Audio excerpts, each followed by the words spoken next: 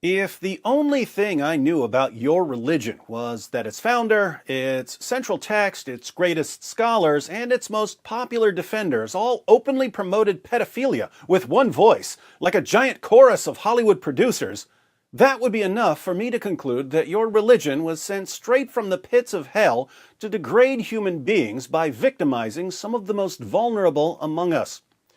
Now, we've all heard about Muhammad having sex with a prepubescent girl. We've read passages like Sahih al-Bukhari 5158. Narrated Urwa, the Prophet wrote the marriage contract with Aisha while she was 6 years old and consummated his marriage with her while she was 9 years old, and she remained with him for 9 years, i.e., till his death. We've seen our favorite dawagandist, Ali Dawa, claiming that if his daughter got her first period at the age of 9, he would tell her that she's ready for marriage. If my daughter reached the age of menstruation at 9 years old, I would say you are ready. What's it? You are ready to get married. As revolting as it is to hear Ali Dawa say that he would tell a 9-year-old girl that she's ready for marriage, keep in mind that Ali Dawa is a better man than his prophet, because his prophet didn't wait until Aisha had reached puberty. And we're proud of that. We've seen Sheikh Yasser Qadi tell Muslims to stop lying about Aisha by claiming that she was older than 9 when her prophet penetrated her with his 54-year-old penis. And oh Muslims, don't apologize for the truth and don't distort the truth. There are Muslims that try to deny this. Oh, he didn't marry Aisha as a young girl. Ya akhi, look, that's not the way forward. We don't lie for the sake of our religion. Astaghfirullah. We have the truth. We're not going to cover up the truth if people find it embarrassing. This is the reality. Deal with it. Our Prophet ﷺ married a young girl and it was fine for the time. That's right. Don't be ashamed of your prophet. Be proud of the fact that he spread the legs of a prepubescent little girl and forced his penis inside of her. And we're proud of that. During my last debate, we saw my opponent, a convert to Islam, try to convince me that marrying children is perfectly normal by giving me a book about child brides in America.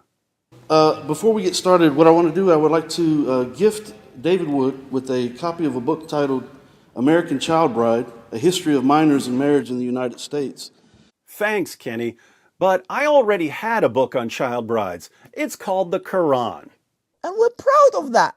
As if we didn't already have enough examples of Islam's perverted obsession with little girls, we're about to see Mohammed Hijab admit that the Quran promotes an extreme type of pedophilia. His words, not mine.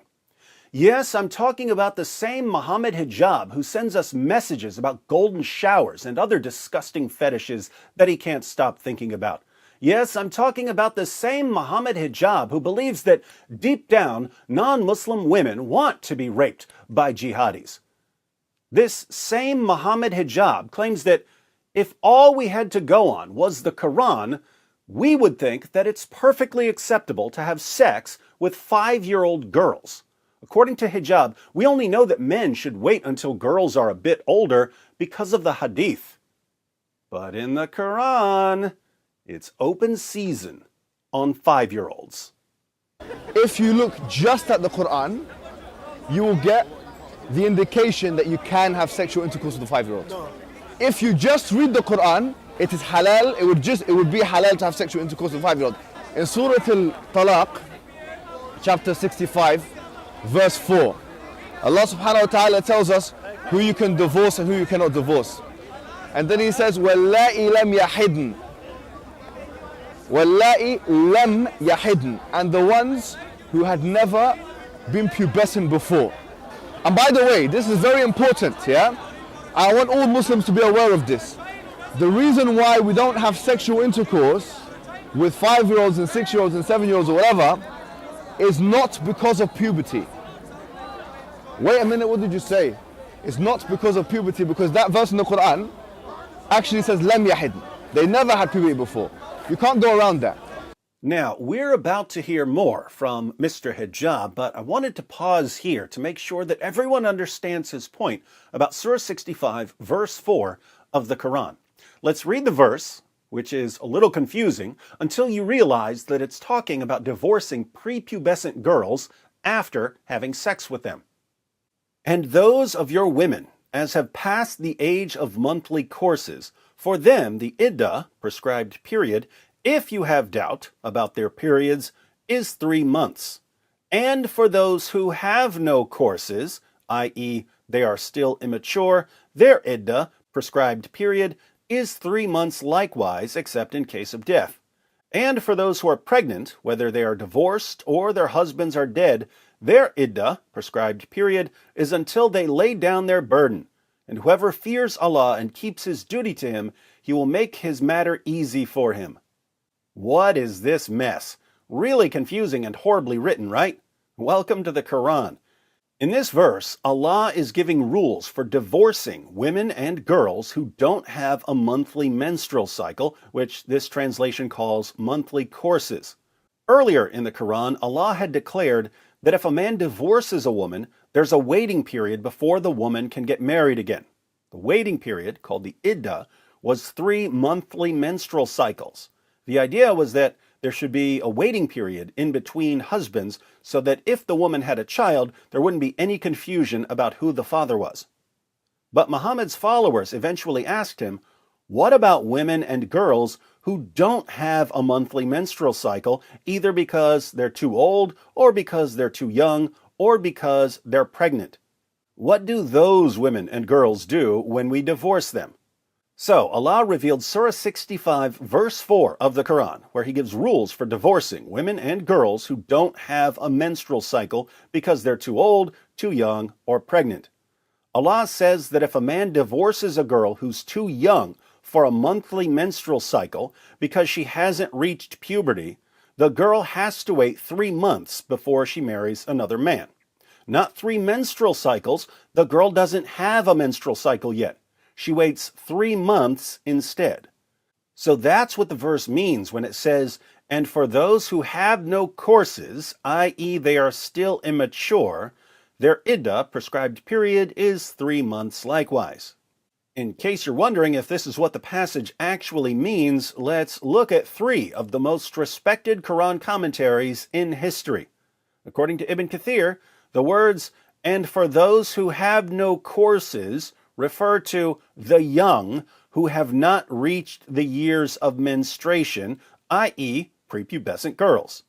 According to Tafsir Jalalain, this verse is referring to those who have not yet menstruated because of their young age, i.e. prepubescent girls. Ibn Abbas gives the historical background, and for such of your women as despair of menstruation because of old age, if ye doubt about their waiting period, their period of waiting shall be 3 months. Upon which another man asked, O Messenger of Allah, what about the waiting period of those who do not have menstruation because they are too young, along with those who have it not because of young age? Their waiting period is 3 months. So, the historical context of this verse is that a man specifically asked Muhammad about divorcing girls who were too young to menstruate, i.e. prepubescent girls, and Allah answered that the waiting period for a prepubescent girl to remarry after her husband divorces her is 3 months. What does this mean? It means that, according to the Quran, a man can marry a prepubescent girl, then have sex with her, then divorce her, then pass her on to the next man who can marry her, have sex with her, and divorce her, and so on, all before the girl has ever reached puberty. Since the Quran clearly allows grown men to marry prepubescent girls, there's nothing in the Quran that would prevent a grown man from marrying and having sex with a 5-year-old girl. So, if you want to say that a man shouldn't have sex with a 5-year-old girl, if you want to say that a man should wait until the girl is 8 or 9, you have to go outside the Quran. This is the point Mohammed Hijab was making. Now, back to hijab.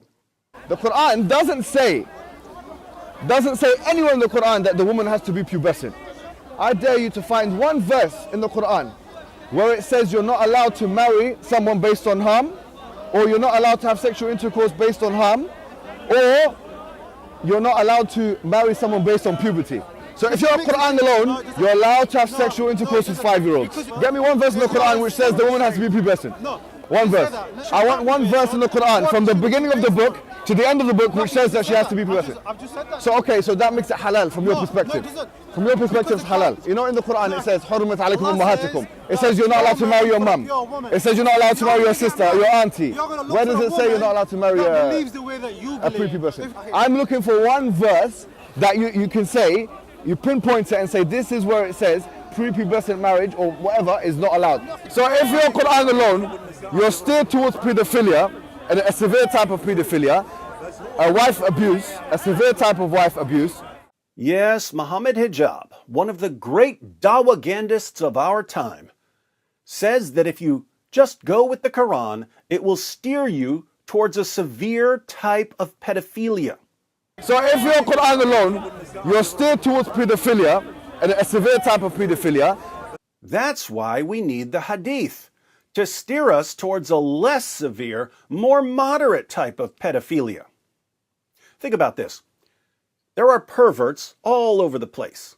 We know about the Catholic priest scandals. There are atheist pedophiles. If you watch a few episodes of To Catch a Predator, you'll see sexual predators from all kinds of backgrounds.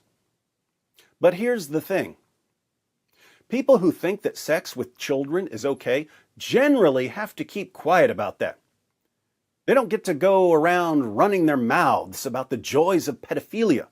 If they were to openly promote pedophilia, they would run into some problems. Anyone who openly promotes pedophilia in the 21st century will be publicly exposed and condemned.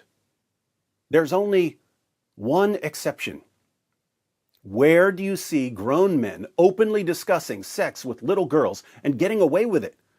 Where do you see grown men publicly trying to convince other grown men that there's nothing wrong with marrying little girls? Only in Islam, and it's just part of dawah. And the better you are at defending pedophilia, the more popular you'll become as a Muslim apologist. Only in Islam. If an atheist came out tomorrow and said, there's nothing wrong with a grown man having sex with a little girl, he would be shunned by the atheist community. If a Christian came out tomorrow and said, there's nothing wrong with a grown man having sex with a little girl, he would be shunned by the Christian community. But in Islam, not only is it perfectly acceptable to defend and promote sex with little girls, it's apparently one of the defining features of Islam's top scholars and most beloved apologists.